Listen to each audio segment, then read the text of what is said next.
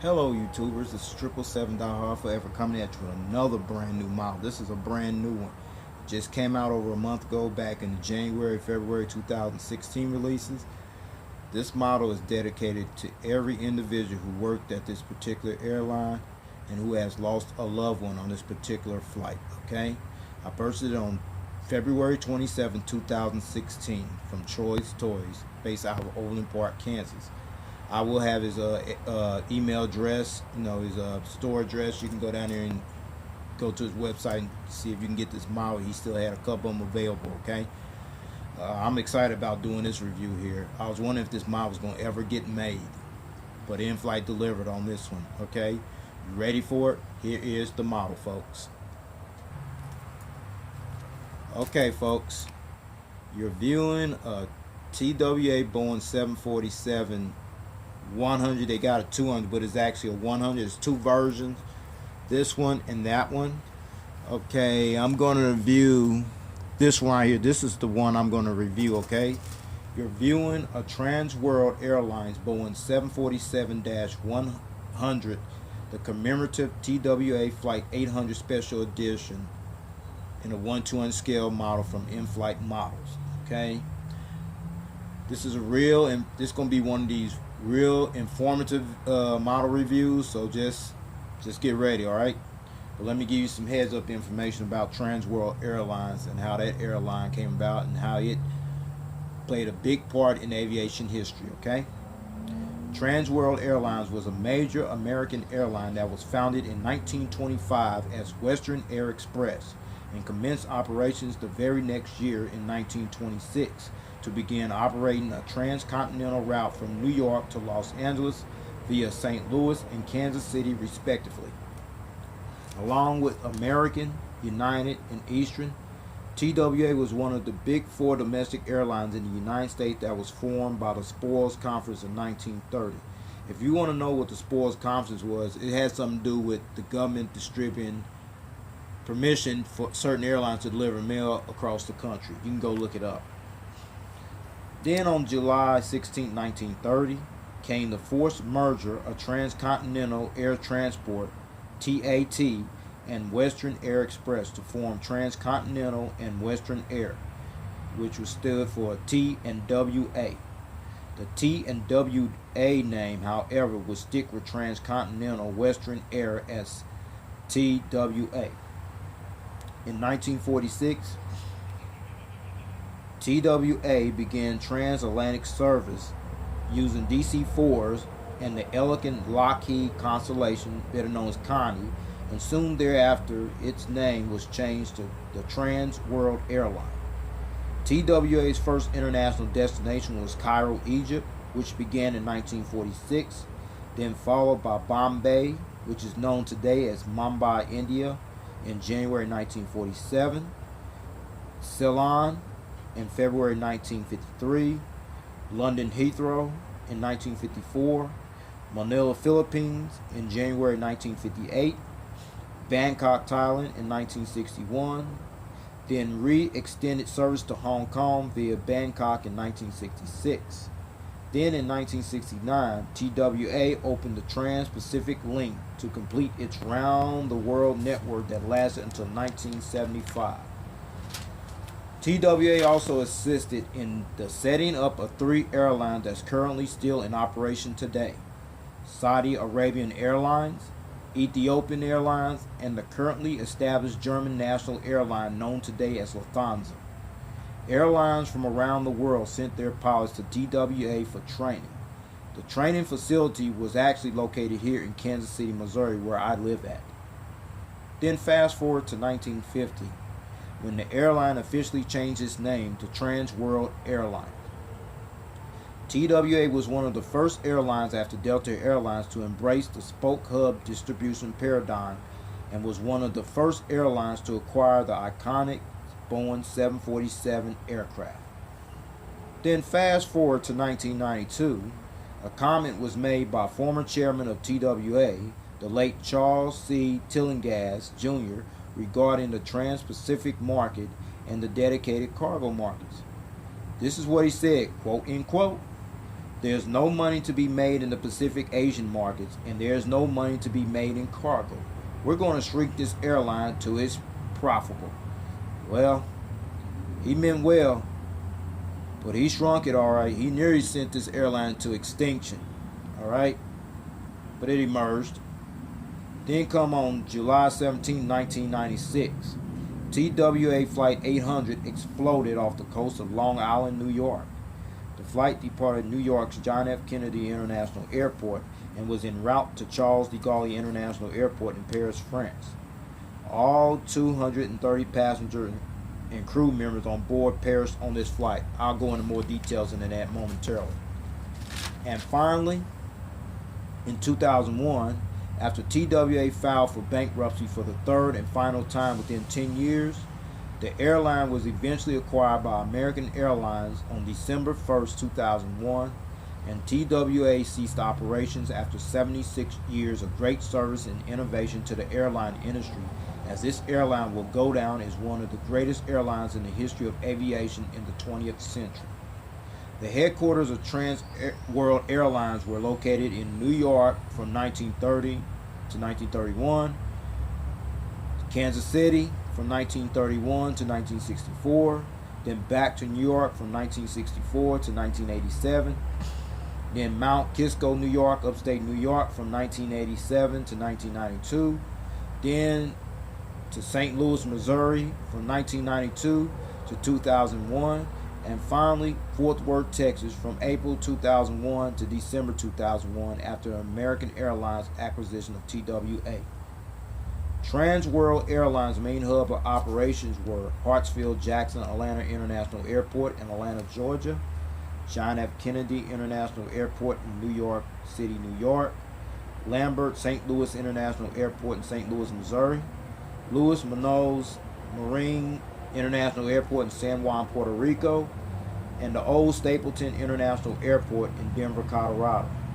Their focus cities were Charles de Gaulle International Airport in Paris, France, Kansas City International Airport in Kansas City, Missouri, Logan International Airport in Boston, Massachusetts, and Los Angeles International Airport in Los Angeles, California. That's the information there. Now this is the box here. There's two of them. Like I said, there's this one and then there's this one. I'm going to bring them up a little closer, okay? Okay. This is the top one. This is the actual 747-200 model. And this one right here, this is the commemorative TWA Flight 800 model. This is the one I got on here, and I'm going to show you in a moment, okay? They dropped the ball on this one. Should have just did a 100, okay? All right. Now you saw the front of the box. I'm going to show you the back of the box. There's nothing much back there except what you see, okay? Okay, that's the back of the box, all right? All right, so I'm going to let you see the top of the box, okay? Here it is. This is the model right here, folks, okay? The 1/200 scale model, 747. It's actually a 747-100. I'll show you where Inflight dropped the ball. There's the website, and then there's the Inflight logo. And you see that, the Inflight TWA 800, okay? Now I'm going to show you the bottom of the box. That's the other model, okay? Okay, this is the other model as well. It's still available. They're both available right now. A lot of dealers such as Easy Toys, Choice Toys, and some other retailers still have this model. You probably want to get either one of these as quick as possible because this one is going to snatch up, all right? Now I went into the details of TWA and the box and everything right here. Here is the model, folks. All right, you're doing it, looking at it right now. The TWA Commemorative Flight 800 Special Edition 747-100 in the 1/200 scale from Inflight Models. Okay. Now let me give you some information about this livery here. You're looking at right here. This livery was introduced in 1972, which consisted of 2 red stripes, which is called the dual stripe livery, and was the traditional trademark livery of Trans World Airlines until 1997. Now let me give you some more information now. The accident and down of TWA Flight 800. Okay, here's where it starts to get interesting. Okay, Trans World Airlines Flight 800 was a Boeing 747-131 aircraft, which you see right there, which exploded and crashed into the Atlantic Ocean near East Moriches, Long Island, New York on July 17, 1996 at about 8:31 p.m. Eastern Daylight Time, 12 minutes after takeoff from New York's John F. Kennedy International Airport on a scheduled international passenger flight with a stopover in Paris, France, then continuing on to Rome, Italy, which would have been this flight's final destination. On the day of the accident, this same aircraft departed Athens, Greece as Flight 881 and arrived at New York's John F. Kennedy International Airport in New York at about 4:38 p.m. Eastern Time. TWA Flight 800 was scheduled to depart JFK for Paris at around 7 p.m., but the flight was delayed until 8:02 p.m. by a disabled piece of ground equipment and a passenger baggage mismatch. After the owner of the baggage in question was confirmed to be on board, the flight crew prepared for departure and the aircraft pushed back from Gate 27 at the TWA Flight Center. TWA Flight 800 then received a series of heading changes and generally increasing altitude assignments as it climbed to its intended cruising altitude. The weather in the area was light winds with scattered clouds, and there were dust lightning conditions. Well, at least we know the weather didn't play a part in that. The last radio transmission from the airplane occurred at 8:30 p.m. when the flight crew received and then acknowledged instructions from New York Center to climb 15,000 feet. The last recorded radar transponder returned from the airplane was recorded by the Federal Aviation Administration (FAA) radar site at Traverse, Pennsylvania at 8:31:12 p.m. 38 seconds later, the captain of an East Wind Airlines Boeing 737 reported to Boston Air Route Traffic Control Center that he just saw an explosion out here, adding, "We just saw an explosion up ahead of us here, about 16,000 feet or something like that. It just went down into the water." Many traffic control facilities in the New York, Long Island area received reports of an explosion from other pilots operating in the area.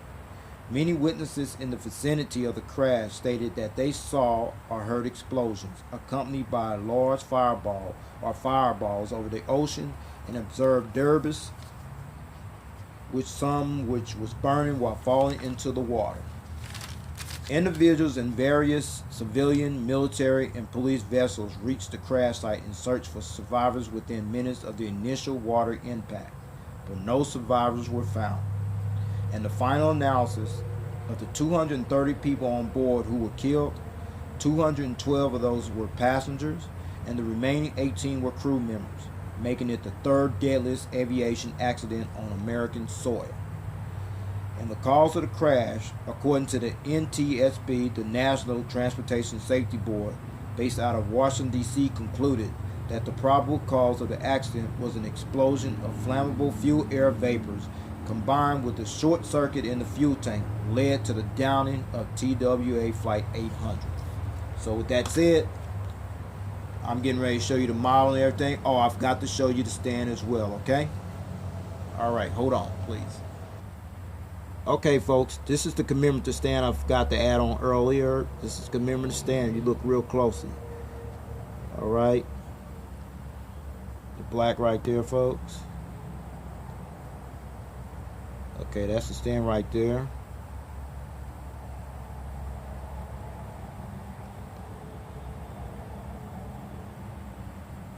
Bring it up a little closer there. Alright. And this is the special edition, limited edition car that came with the model and everything. They only made so many of these around the world, so it's actually a 100 model. You see where they dropped the ball at? And on the stand is a 100. On this card is a 200, okay? I'll show you the back of the card as well, alright? Okay, this is the back of the car right here. Usually have a authentic number on it, but it didn't this time. I'm kind of surprised there, alright? Now with that said, now I'm getting ready. Let's get down to all the details on here, okay?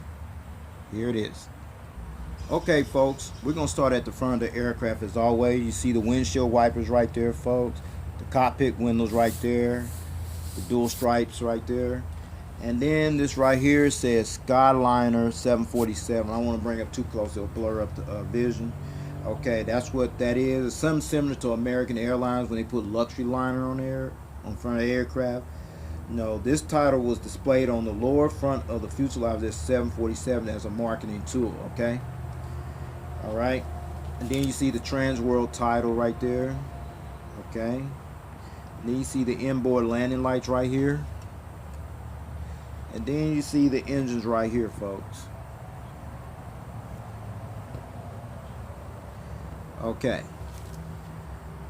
These engines right here, when it first came out, TWA operated 4 Pratt & Whitney JT9D-7AH engines on this particular 747-31 aircraft. Okay, now I'm going to show you at a side angle, then I'm going to show you from the front angle, okay? Here's the side angle coming up. Okay, these are the Pratt & Whitney JT9D-7AH engines from the side angle, right? There they are right there. See the little dual cones back there? Cones right there, okay? Alright, now I'm going to show you from the side angle, the front angle coming up. Okay, we're at the front angle view of these engines, so they do spin over here as well.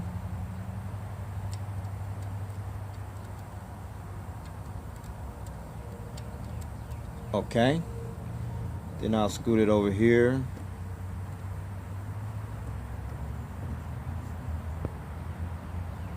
Okay, this is the front of the airplane. See the cockpit windows, the windshield wipers right here, the gears right here, the gear lights right there. You can't see them, but they there. Then I'm gonna bring it over this way as well. Okay, and the engines over here spin as well. Okay.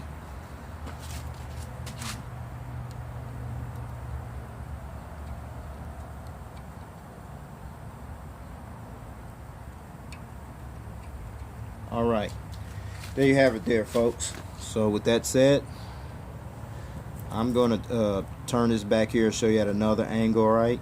I'll show you the wings, tips, and all that stuff, alright? Okay, the wings right here, the wing tips right here, prior to the 747-400s, from the 747-100 to the 747-300, they all had these little antennas they call high frequency antennas. And these antennas were for radio and communications from the aircraft. Okay, and then you see the red navigation light right there, folks. Alright. Now I'm gonna put it at another angle. Okay, now we back at the rear of the aircraft here. See the US flag there. This at one time TWA is one of the national flag carriers for the United States of America. There's the TWA logo there. And then there's the registration number. N93119. Okay, this aircraft, which was the accident airplane, was a Boeing 747-131, was manufactured by Boeing in July 1971. It had been ordered by Eastern Airlines, but after Eastern canceled its 747 orders, the plane was purchased new by TWA. The aircraft had completed 16,869 flights with 93,303 hours of operation. The test flight for this aircraft took place on August 18, 1971, and was delivered to Trans World Airlines on October 27, 1971, and was eventually written off on July 17, 1996, when the jetliner exploded and crashed off Long Island after takeoff caused by hot wiring. Okay, now I'm going to show you the APU exhaust coming up. Okay, that's the APU exhaust right there, folks, and there was a strobe light right there as well.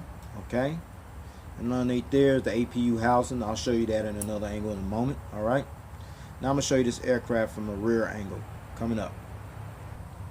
Okay, that's it from the rear angle. Okay, now I'm going to turn to the other side angle. Alright, coming up. Okay, folks, we're on this side of the aircraft now. You see the cockpit windows, the Trans World title, the front cargo container door, and the Skyliner Boeing 747 title there, and then the inboard landing lights, and then the big engines right there that they used at the time. Okay, the Pratt & Whitney engines there, and then you see the green navigation light right there as well, and then the AF HF antennas right there. I'm gonna show you from the top angle. All right. Okay, those are the antennas on this side with the green navigation light as well. Now I'm gonna take you to the back of the airplane. All right. Okay, we at the rear part of the aircraft. You see the rear cargo container door, and then you see the boat bin right there, the boat bin door, the registration number, the TWA logo, and the American flag as well. Okay. Okay, now I got all to the details with the aircraft and all that stuff, the information about Flight 800. This model do roll, but the gears don't tilt. See how they roll? There. Okay. Now I'm going to show you the top angle of the aircraft and the belly view and everything, and I'll put it on stand and I'll wrap this up, okay? Here is the bird's eye top view, okay? Okay. There's the escape hatch door right there, folks. There's the anti-collision beacon light right there, folks. The antenna's right there. Then there's another antenna there, folks. And then you come back to the rear of the aircraft, you see the little two dots right there, folks. And then same on this side as well. Those are the illuminator lights that light up this tail. They used to light up this tail. We used to fly during nighttime hours. Okay, now we're going to see the wings from the top angle, okay, as well.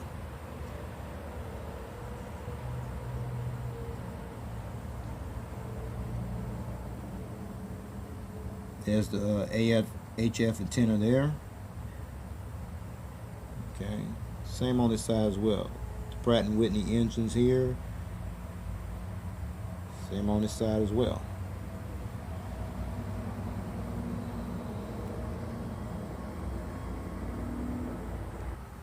Okay, this is the bottom, the belly view, the gear doors. The gears, they're not retractable. You know, the little silver there. The Inflight 200 logo, that's what this model is made by.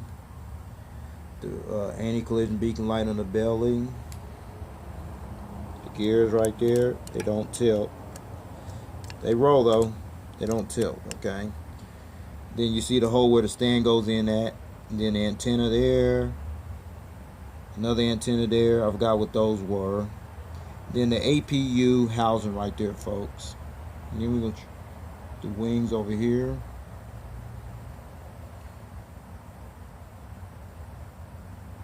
Okay, same on this side as well.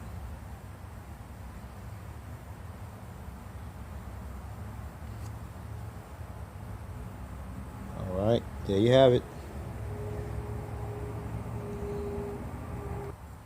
Now it shows you the belly view and everything, the top angle. I'm going to show you put it on the stand now that this model came with. I just showed you now it's commemorative stand right here.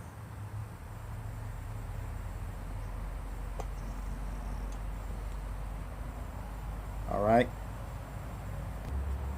Okay, I finally got it on the stand. You know, I'm not a big fan of this stand here, but it's like it's holding, stand is pretty still, okay? Now I'm going to turn at a front angle, alright? Coming up. Okay, folks, you got it at a front angle, alright? Now I'm going to turn at another side angle. Here it is, coming up. Okay, I got it at this angle right here, folks, as you can see right there, alright? Now find the rear view angle, okay, the tail cam angle coming up.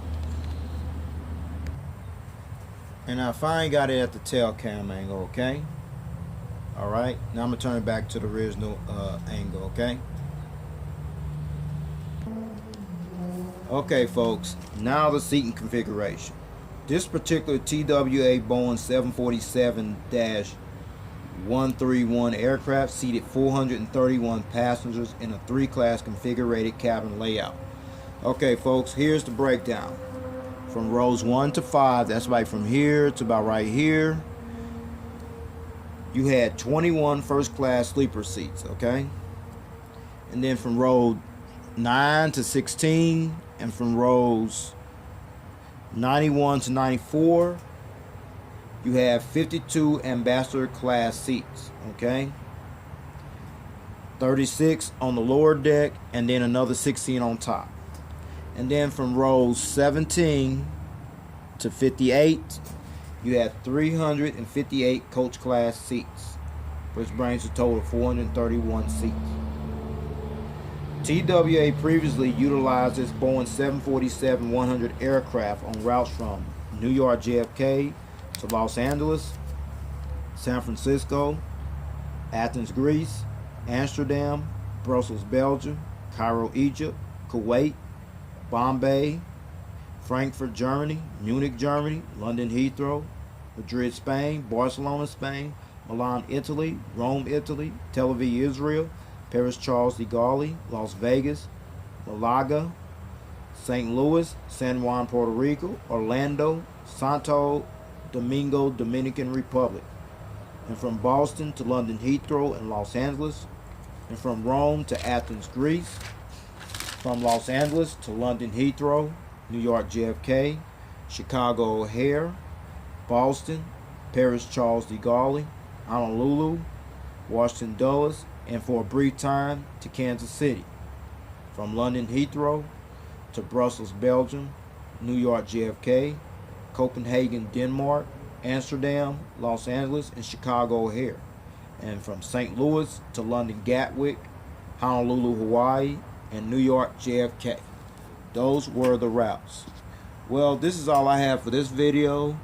And if you're a big fan of the TWA or this aircraft for this model, you definitely want to have this, especially all you individuals that used to work for TWA. I flew you guys back in 1996. You was a great airline. I kind of missed this airline though, just my opinion, you know what I'm saying? I wish something else could have been done to save this airline, but this is all I have for this video. I hope after looking at this model review that you'll want to go ahead and snatch this model up for your collection, which I believe this is definitely going to be a keepsake for years to come. So in the meantime, take care, God bless, there's more coming.